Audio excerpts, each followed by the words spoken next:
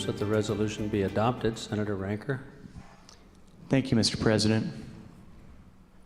I was never fortunate enough to know Sean O'Connell Jr., but it is abundantly clear to me that all of us who did not know him missed knowing a compassionate public servant, a loyal friend, and above everything else, a loving husband and father. Sean O'Connell was what all of us strive to be in our personal and professional lives. He was a dedicated public servant. He joined the Navy right out of high school before embarking on his 16-year career with the Washington State Patrol. He was a devoted husband and father. He loved his job, and he was great at it, and he took it seriously, but not too seriously. I spoke to one of the reporters who did a ride-along with Trooper O'Connell. I think it was at the time when he was Trooper of the Year.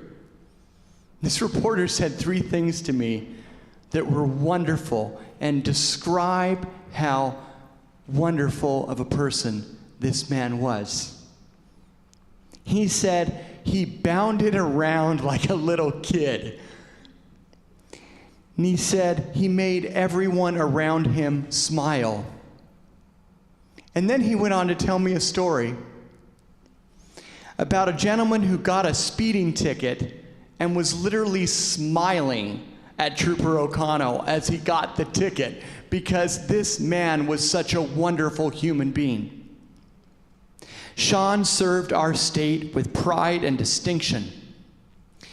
And like all police, firefighters, and other first responders, he knew the inherent dangers associated with his job, but every day he put that aside and went out there and did his job and did it extremely well.